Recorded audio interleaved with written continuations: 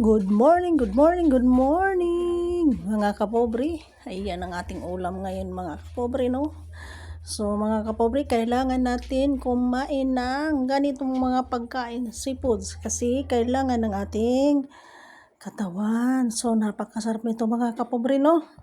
So ang gagawin naman natin mga kapobre ay isawsaw natin to dito sa aking sawsawan. Ayan mga kapobre, yung aking sawsawan, no, napakasarap. May kamatis, may durog na luya yan mga kapobre. Tapos tingnan nyo, may kalamansi na hindi ko piniga kasi extra asim po yan, kasi napakaganda ang kalamansi sa ating kalusugan. Vitamin C, kalamansi. So ayan mga kapobre, yung ating inihaw na tuna. Napakasarap mga kapobre. Alam nyo mga kapobre, at ganyan siya ka-brown, hindi siya sunog. Dahan-dahan lang po ang apoy. Sa umpisa mga kapobre, medyo malapit siya sa apoy, no? So pagdating ng mga ilang minuto, silipin mo yung ating inihaw para hindi siya masusunog. So ganyan ang magandang inihaw mga kapobre. Bago mo rin ilagay yung isda, lagyan mo ng mantika yung ihawan para hindi siya didikit, kasi nung di ko siya nilagyan di ko nilamas ng maayos ng mantika mga kapobre, ang ihawan ay medyo nadikit siya, no? So ayan mga kapobre, napakasarap, no? Kombinasyon. So kung saan natin isawsaw ang ating lato, doon din yung ating isawsaw ang isda.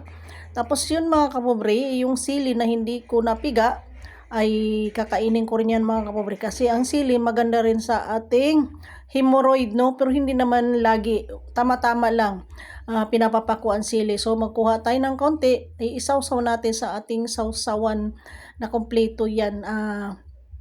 Sili, kalamansi, toyo, tapos may durog na luya.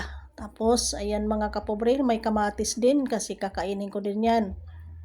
Napakasarap. Grabe, no? Sarap talaga. O, diba?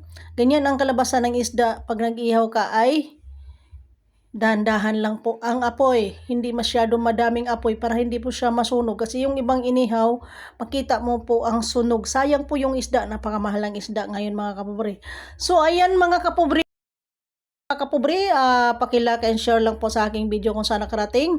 Ayan, comment down below para pre-shoutout tayo. Paki-subscribe din mga kapobre sa aking YouTube channel, no? Mga kapobre,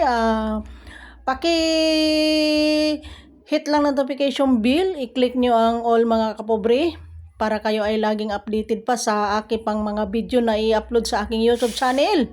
Kung sino yung kung sinong bagong subscriber sa ating YouTube channel, magbigay tayo ng pa-premyo.